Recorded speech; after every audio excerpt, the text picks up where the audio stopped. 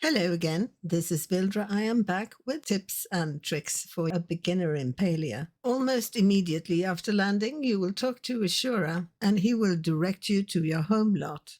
He will give you an axe and send you on your way. On my way to the lot, I will always stop and pick up some small trees with the axe he gave me, because you will be asked to craft a tent and a storage box. And it's very tempting to cut down trees on your lot. You will be met by Hodari, who will give you a pickaxe and ask you to clear some rubble, and that's fine. But you should know that anything you cut down on your lot, or what will be your future lot, will never grow back. If you press H, you can see how much you can expand your lot. It's actually quite bigger. And anything you cut down in this area will be gone forever. So if I need more wood and fiber than I brought in, I will go out and gather it in the world, because I want a green and lush garden one day. When you clear the rubble on your lot, you will find a mysterious artifact. Shortly after, Orni will come to visit you and talk about mail. You will tell him about the artifact and he will direct you to Gina. You'll want to push Gina's quests in the beginning, because she will eventually give you a quest that leads you to getting a glider. The trigger is this letter, which tells you to go see her about the artifact you found. To gather the materials you need to have the basic sawmill to make planks, and you also need the basic loom to make leather and cloth. Then you can make the materials and go to Najuma, who will give you the glider. There are basically 3 machines you need to get your glider and to complete your house: the loom, the sawmill, and the basic smelter. Don't bother with any of the other recipes until you have finished your house and got your glider. And when you level up a bit, I wouldn't bother with a recipe for the repair station, the anvil. Once you've upgraded your tools, they will start to degrade. You see the yellow circle around the pickaxe here. The circle shows how much durability you have left on your tool. To repair your tool, you need to make repair kits. You can use the repair kits with the anvil if you buy it and place it on your lot, or you can repair at the anvil at the central stable in Bahari Bay, or at Sifu's. At Sifu's, you can pay money instead of using repair kits. You can only have a limited amount of crafting stations on your lot. Then you have to buy crafting certificates to increase the amount. The certificates get increasingly expensive the more you buy, and the repair kits are annoying to craft. But don't let your tools break, then they will degrade to the previous level. If you look in the top left corner, you see a pink bar. That is your focus bar. It fills up when you eat. You start off by getting 20% bonus XP to any skill building as long as something is in that bar. The length of the bar is the duration of the buff. The duration of the buff is equal to the number of focus points you get when you eat. Like the grilled mushroom here gives you 50 focus points. The grilled oyster gives you 55. When you level up, you might get food that gives you 400 focus points, but you don't have room for that in your bar, and you do not have access to that kind of food yet. One day you will get a mail from Gina asking you to check out the Phoenix Shrine. You should definitely do that. You will be prompted to commune with the Phoenix. It will give you an increase in your focus buff. So it will go from 20% skill increase to 25% increase. And you will be informed that you can buy more upgrades to your focus buff from the shrine. Shortly after, you will be asked to do the same at the Dragon Shrine. But at the Dragon Shrine, instead, your bar will grow. You will pay for this with Renown points. Do not spend them here. Not now. At low levels, it's easy to grind levels for your skills. At high level, it's another thing. And an increased bar, well, you can't fill it when you're low level. If you press U, you can see your accomplishments. This is the ways you can earn renown points. They are precious. I have 485. Once you have finished building your starter house, you have a much more important need for your renown. Once you've finished building your basic house, the store in the city hall will open. In this store, you can buy writs. Writs are bought with renown. 1 writ increases your lot size by 1 square. Every 2 or 3 writs you buy, the prices go up. So let's see how many I get for my 485 renown.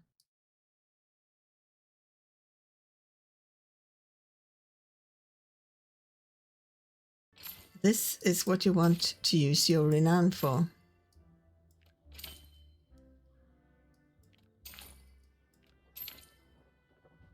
I ran out now. Let's see how much I can get for it. And incidentally, these are the crafting licenses to be able to place 1 more crafter on your lot. I think the last one will cost many thousands. And you can also buy extra rooms. I want a fireplace, by the way. Anyway, let's go home and see what I got for my 485 renown. Okie dokie, so I'm back home. Let's press H. I have 15 writs that I got for my 485 renown. 1 square costs 1 writ. I'm going to buy these squares.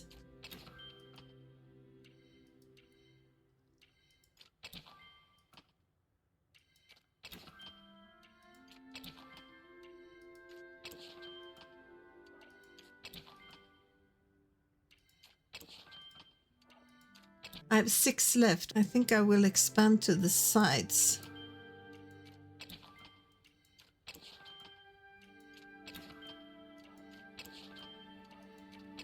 Okay, so expanding to this from the initial lot is what I got for my 485 renown. You see how many squares I have?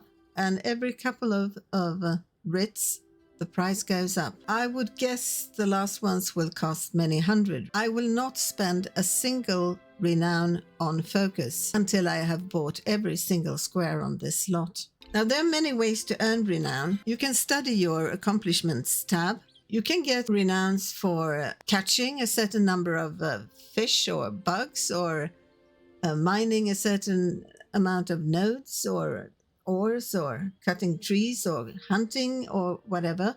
You also get renowned when you do quests for the villagers, and any quests, and there are loads of ways you can get renowned. Savor them, and when you've finished upgrading your entire lot, do the percentage at the Phoenix Shrine first, because getting a bigger buff is more important than getting a longer duration, which you get by extending the bar. That is one of my absolute biggest tips. Another tip is that Palia doesn't force you to play a certain amount of time. If you don't log in to water your plants, they will not wilt. They will just stop growing when they run out of water. After you get your plots from Badru, he gives you 8 seeds, but you have 18 slots to plant in. One good idea is to plant cotton. You will need it to craft fabric for the glider. So I planted a few, but I mysteriously got 5 cloth. I may have gotten those from a quest reward. I do not know. I also like to plant tomatoes because you can harvest them 3 times and they sell fairly well. The seeds are expensive. Later on, I will use tomatoes for pickles, and I will make my own seeds in a seed maker. But that is what I've got for now. I also got some wheat and some potatoes. But I have been offline for quite a while now, and as you see, my plants seem to be doing fairly okay, and I can harvest my wheat. Right at the start, you will be asked to craft a storage box. These can take 400 items. An item is 1. A stack is 100 items. So you will quickly run out of storage space. But you can have up to 8 storage boxes. They will each add 400 items to store. I have 3 right now. They are interconnected, so no matter which box you use in, I usually hide like 6 or 7 of mine, and I put them on top of each other behind the screen or in a tent. But each box you add will add 400 slots, and you can have 8. But later on, you will get recipes to improve these. So I think with the final upgrade, I think you can get 16,000 slots in your general storage. You also have different tabs. If you just want to look at flowers, you can look at that. The decor tab is special. You can store all sorts of furnishings in here without them taking up any space because you cannot sell them. It is a sadness because you have to craft so much just to level crafting, and many items that you never want to use, craft them anyway. And when you level up crafting, pick something that looks easy. Every time you craft an item for the first time, you will get silhouettes of 3 new items. Pick one that looks easy, small, not a lot of cloth or metal on, as far as you can guess. Every time you level up and get access to Tish's store, she will offer you recipes for a new furniture set. Buy one. Just buy one. A small one that takes as little material as possible, and pick the small ones as you discover them. I like it a lot to level up the crafting. It's one of the skills I focus a lot on. But sadly, you cannot make any money from it. There are many ways to make money in Palia. You have your 8 skills. You need to listen to your heart and do what you like. Some people enjoy fishing. Then fishing is an excellent way to make money in early game. Others like bug catching. You can also make a lot of money selling bugs. My favorite way to earn money early game is to immediately run to Bahari. If you go east on the main road, north of the village, you will get to a gate where you can go to Bahari Bay without paying. You will then be teleported to Bahari Bay, close to Hodari's and Najuma's home. Then you'll want to go east to the coast. You see the shoreline. There are 2 halves of Bahari Bay divided by a great wall, and you can go either south or north of this wall, but you want to hit the waterfront. Once you hit the waterfront, you can run back and forth at the very edge of the beach, and you will find shells, corals, and most of all, oysters. They respawn fast, so you can run back and forth over and over as much as you like. The shells and corals I usually just sell, but the oysters you do not sell. Once you've gathered a bunch of oysters, you want to open them. If you're lucky, you will get a pearl. You can sell that. If you're extremely lucky, you may find a green pearl. They're even more valuable. You will need 1 green pearl for a bundle later, though. So if you get green pearls, save 1. The meat you also get when you open an oyster, and you want to save that meat. It's very useful to level your cooking with once you learn how to grill it on the campfire.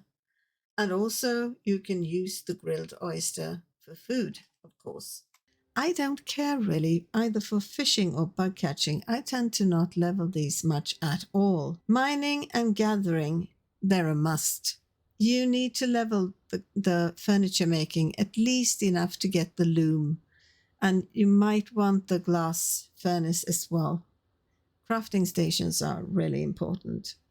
I like hunting a lot, so I level that a lot. And you need leather for loads of stuff. It's useful. Cooking, well, you want to keep your focus bar up so you keep leveling. Do what you want to do and level the skills you want to level. You will need to get at most of the skills to at least 3 or 4, except for fishing and bug catching. I believe you can play the entire game without leveling those, unless you take a fancy to them. You don't need them in the beginning, early game, to get your house and to get your glider at least. But there will be quest lines you can't do if you don't do fishing and bug catching, because there are villagers who are very focused on these 2 activities. And if you want to romance Aina, then you probably need fishing. And well, Orne cannot be romanced, but you might want to level his friendship. I think he will like you more if you catch bugs. And also Eloisa is kind of interested in bugs and fish. So there are advantages of all skills. But do the things you want. You can buy metal bars, and you can buy, I think Ashura sells wood. You can buy some furniture. It's a rotating stock in the furniture store. You can buy vegetables from Seki, and you can buy finished food from the inn, from Reth. I think you can buy leather from Tish, but not the raw pelt, I think. So most of these things you can buy. You cannot buy bugs or fish, as far as I know. Those two are the only ones you can actually not buy, but also they are the ones you don't really need to progress another skill or to progress in game. So my other advice is try all the skills, level them a little, and figure out what you like and focus on that, because Palia won't force you to do anything. You can do everything at your own pace, and you can pick the things you enjoy and give the rest a miss. I hope you'll have a wonderful time in Palia. I certainly have, and I had a lovely time all through Alpha as well. I will put an end card for my playlist for my Palia videos where I record my entire playthrough. And there will also be my referral code in the description. If you're not in the closed beta yet, you have a chance if you sign up with my referral code. That's all for this one though.